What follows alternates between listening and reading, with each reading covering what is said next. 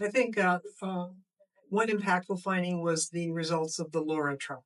And the LAURA trial looked at a locally advanced stage 3 non-small cell lung cancer who were EGFR mutation positive, and randomized these patients to initially get chemotherapy and radiation, and then osimertinib indefinitely versus placebo. And there was a huge progression-free survival advantage for the patients who received osimertinib. And there was also very good control in the brain. So I think this represents a practice-changing trial.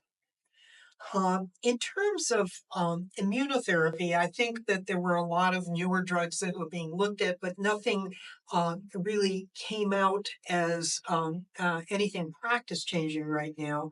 There was more information given on the neoadjuvant use of chemotherapy and immunotherapy prior to surgery in patients with in particular stage 3, and those patients seem to do as well as those with earlier stage. So that was presented.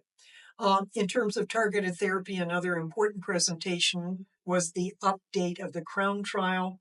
That was in ALK positive patients, and they had a 5-year follow-up, and they still have not reached the progression-free survival. So I think that's very significant.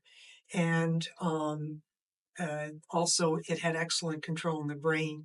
So lorlatinib, which was the winner in that trial, really is a consideration for preferential first-line treatment of ALK-positive patients.